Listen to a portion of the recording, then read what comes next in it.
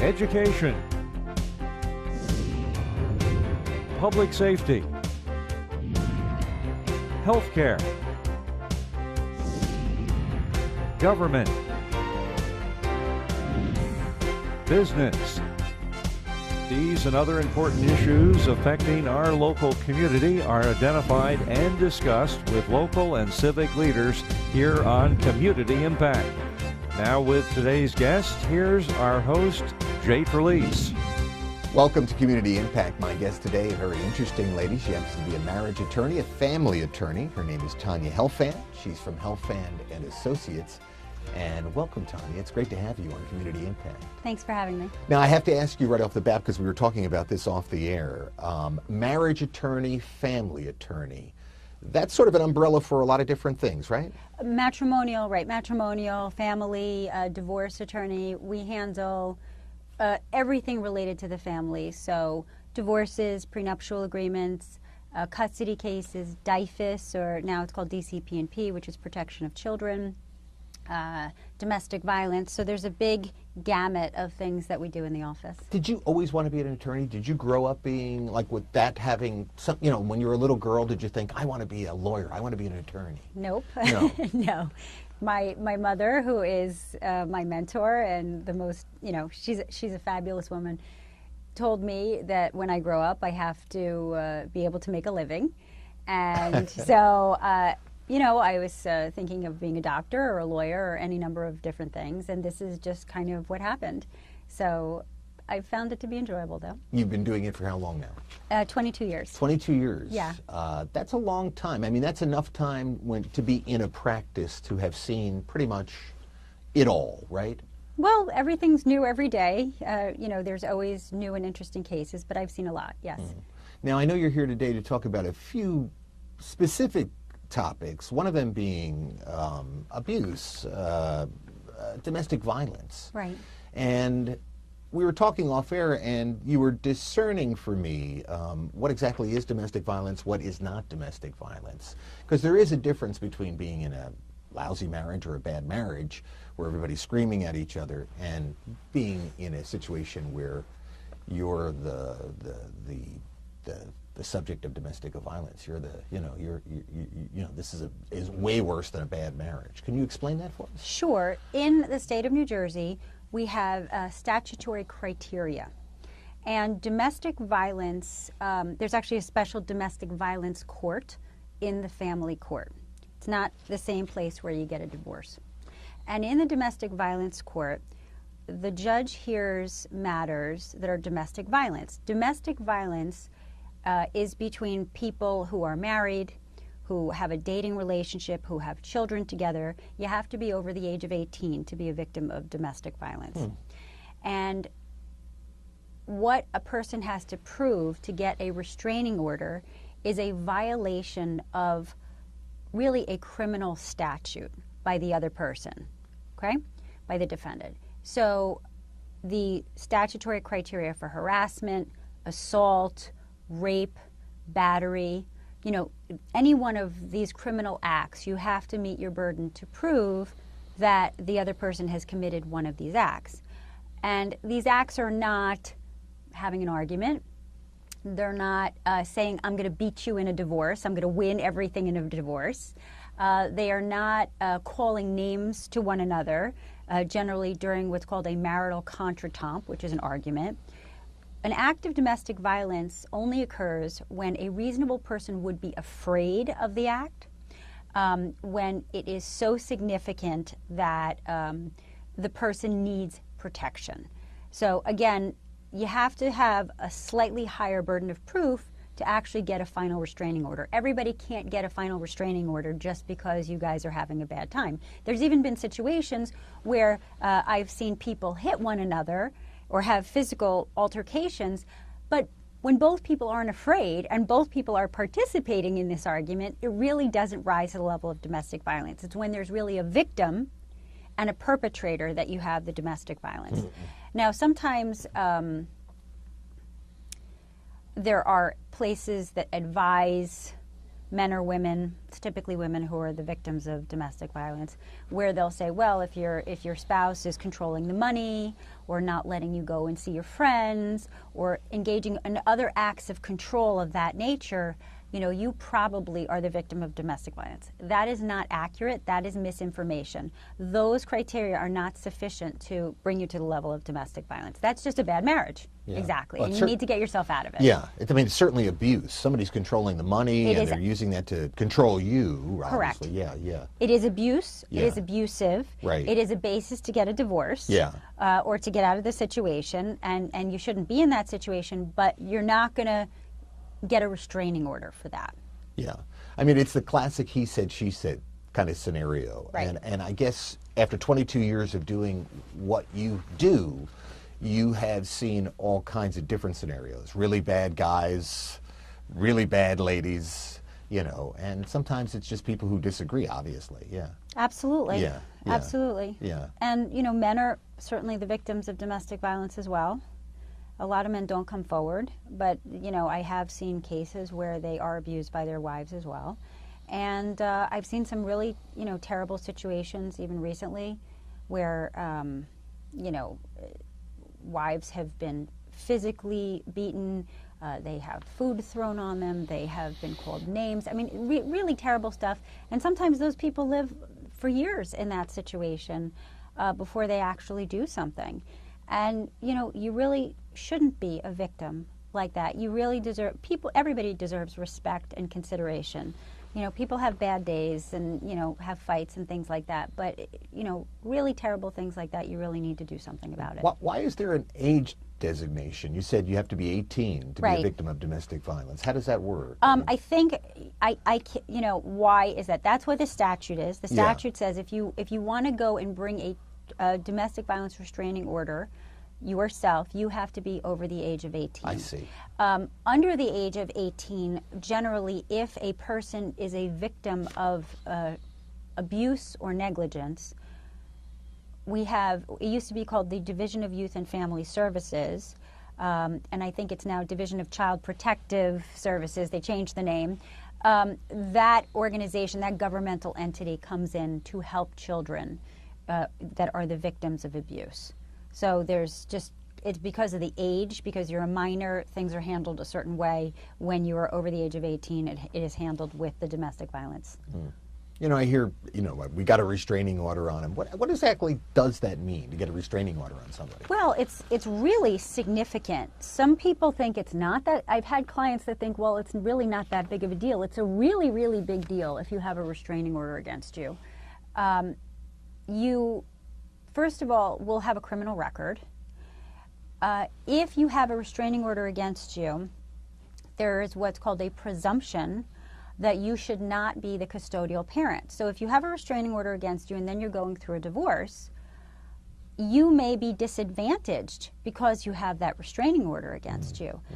And a lot of companies and businesses will ask you if you have a criminal record or, you know, have been arrested and things like that. And that domestic violence record can affect your career going forward very significantly. So it is important, if you are being accused of domestic violence and you are being wrongfully accused of domestic violence, that you properly defend yourself. Really, really important, because it could be held against you. It is not always, but it's important that you protect yourself and you not have that on your record. In terms of getting the domestic violence restraining order and being the victim, well, it helps you have safety if you are a victim of domestic violence. It can give you peace of mind and the distance that you need from the person and the protection.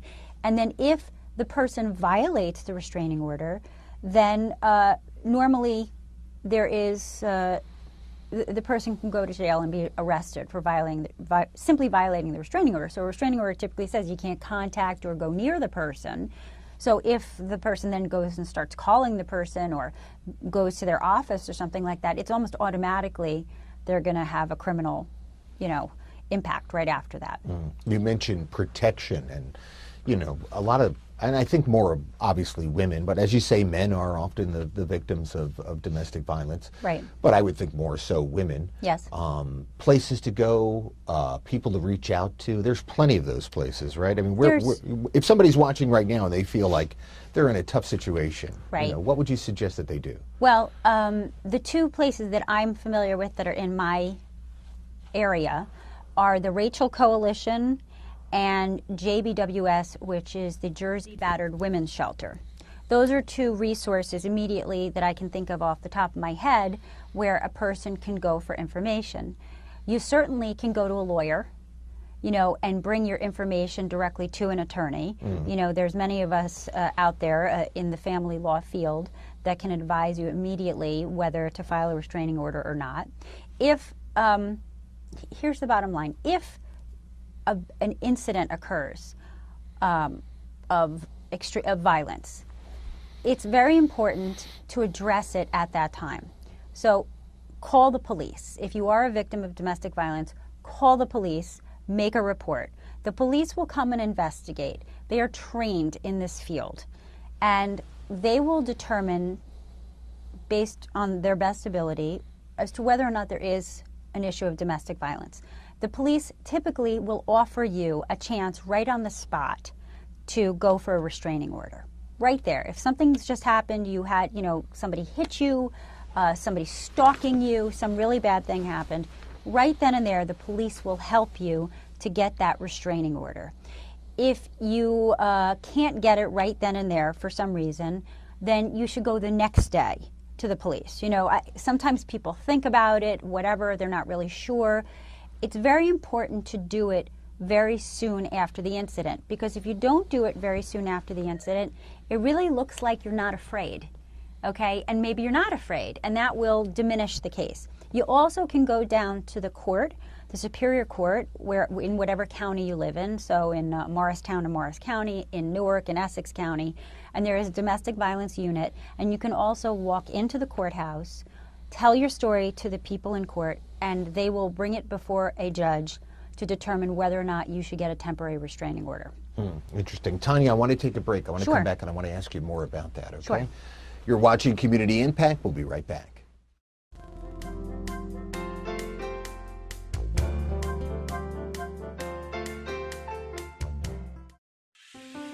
A boy born in Joplin, Missouri was fascinated by anything with wheels and a motor. The odds of him going on to fascinate millions with his talent? 1 in 260,000. The odds of this born racer having 157 career top 10 finishes in NASCAR? 1 in 125 billion.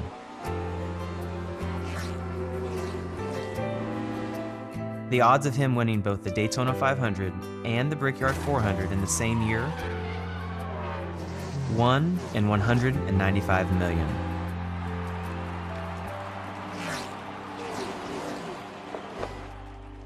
The odds of a child being diagnosed with autism? 1 in 88. I'm NASCAR driver Jamie McMurray, and my niece has autism. Learn more at autismspeaks.org/signs.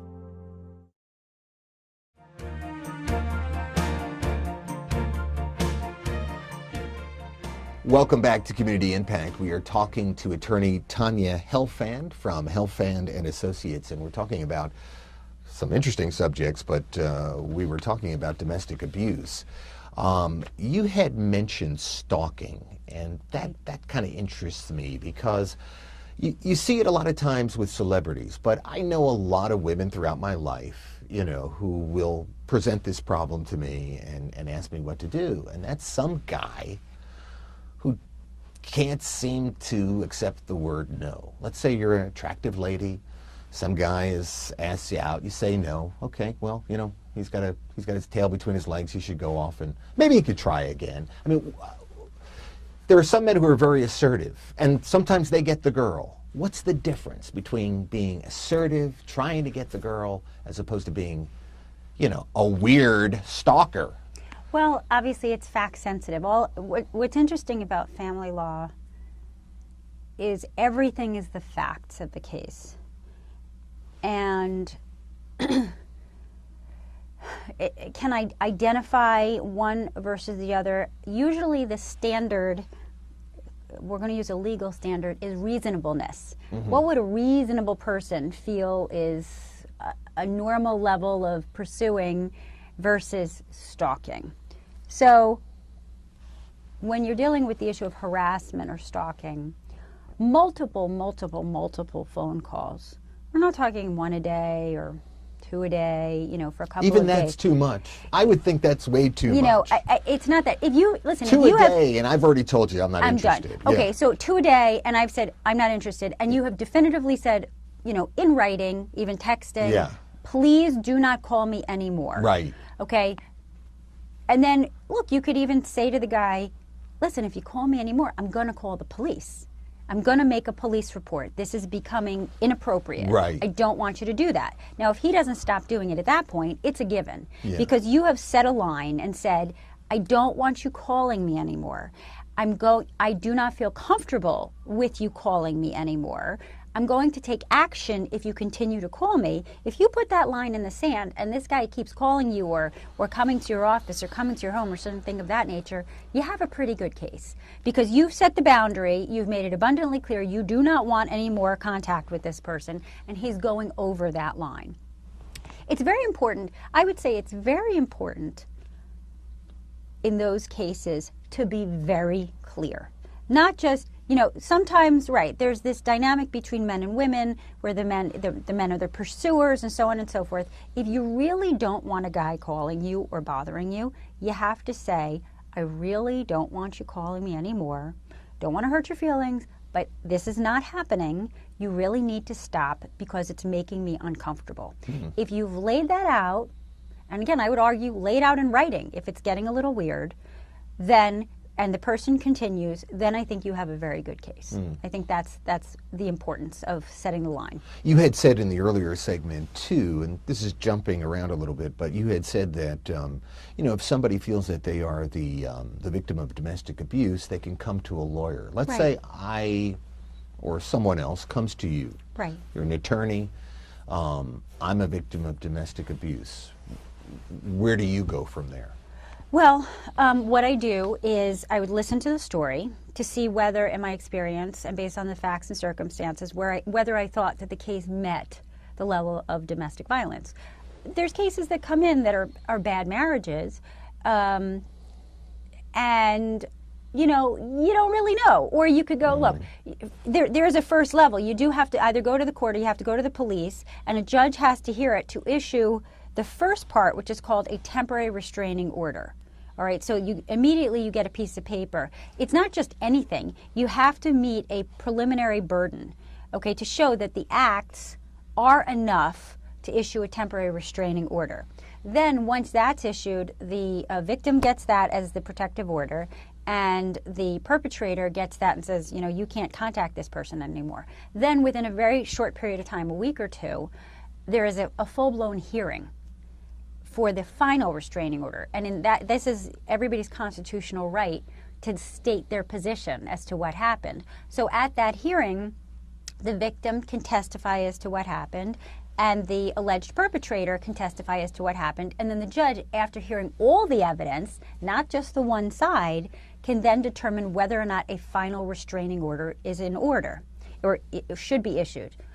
Going back to what you asked me, as the lawyer, what would I do? Well, if a person came in to me and they didn't file with the police right away, and I felt that they had an emergency situation where they needed a temporary restraining order, I would either send them to the police right away to go file it, and I would go over the data that they needed to give to the police, or I would send them down to the courthouse to go and also prepare the restraining order to try and go before a judge and get a temporary restraining order. There are certain cases that I do go with the client, where they're very afraid of the situation.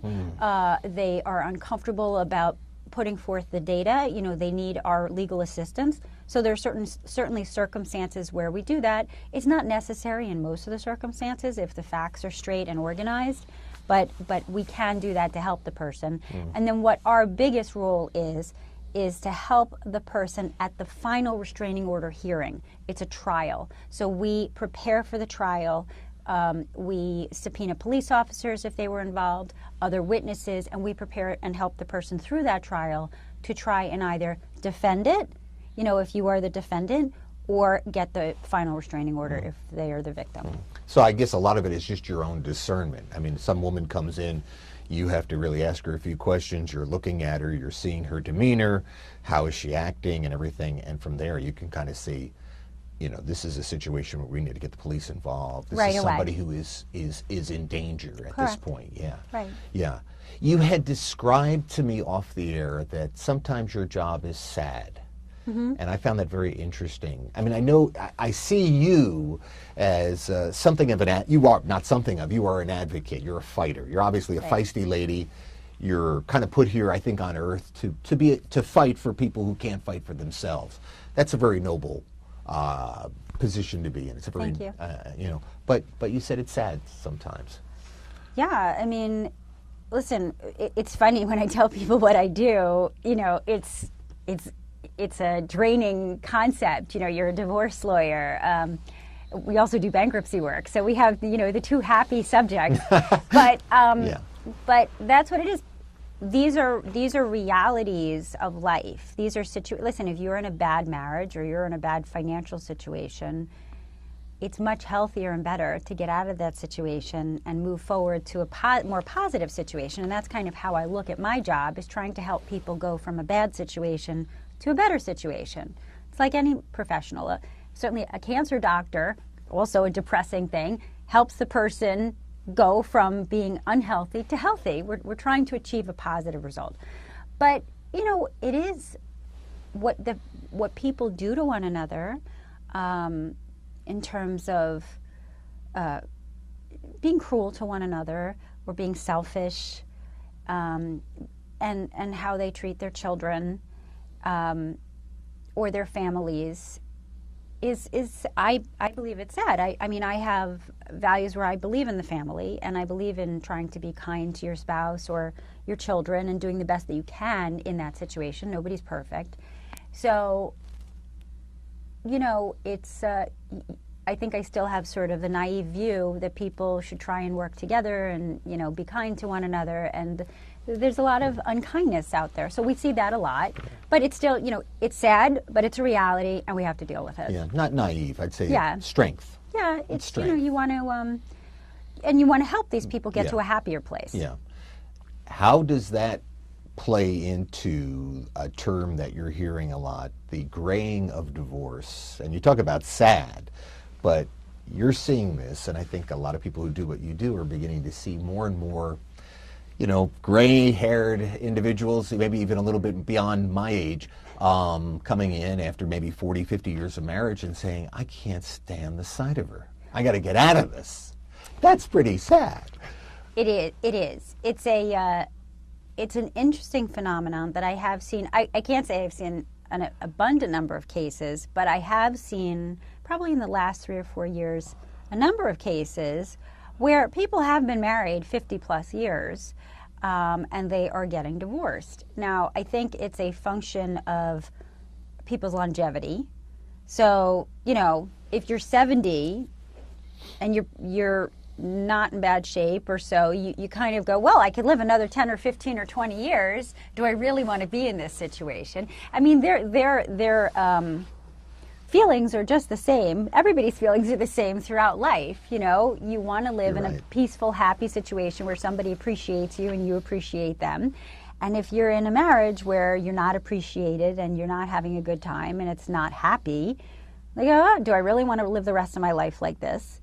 No, I'd rather live alone or, be peaceful. So I think that's a large part of it. Illness comes into play here? Right. So I'd say the few cases that I handled, a lot of times one of the spouses is ill.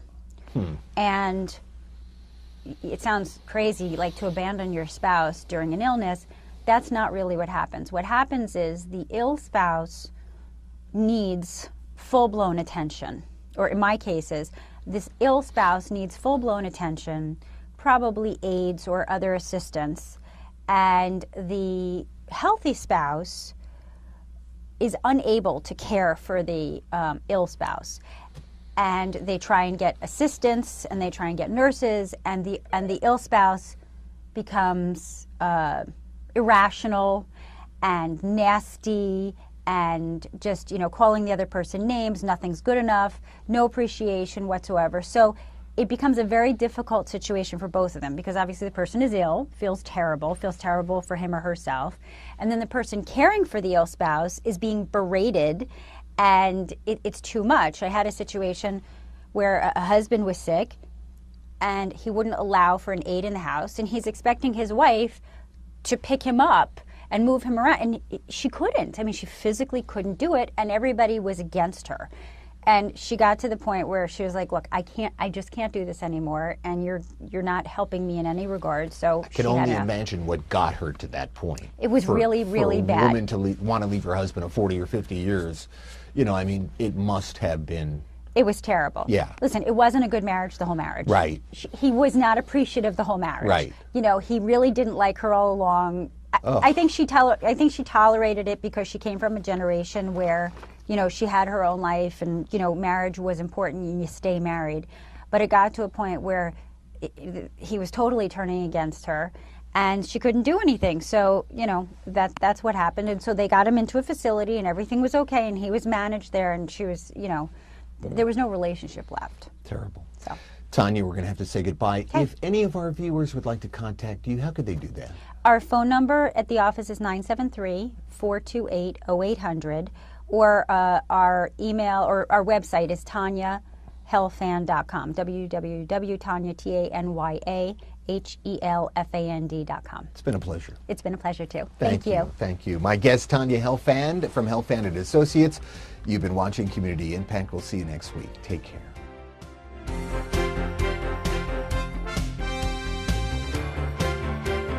You've been watching Community Impact, a public affairs presentation exploring issues that are important to the community of West Milford and the surrounding area of Passaic County and New Jersey. Community Impact is a production of WFME Television of West Milford, New Jersey. The opinions expressed on this program are those of our guests and not necessarily the views of the staff and management of WFME and Family Television. Thank you for watching, and be sure to join us again next week at this same time for another edition of Community Impact.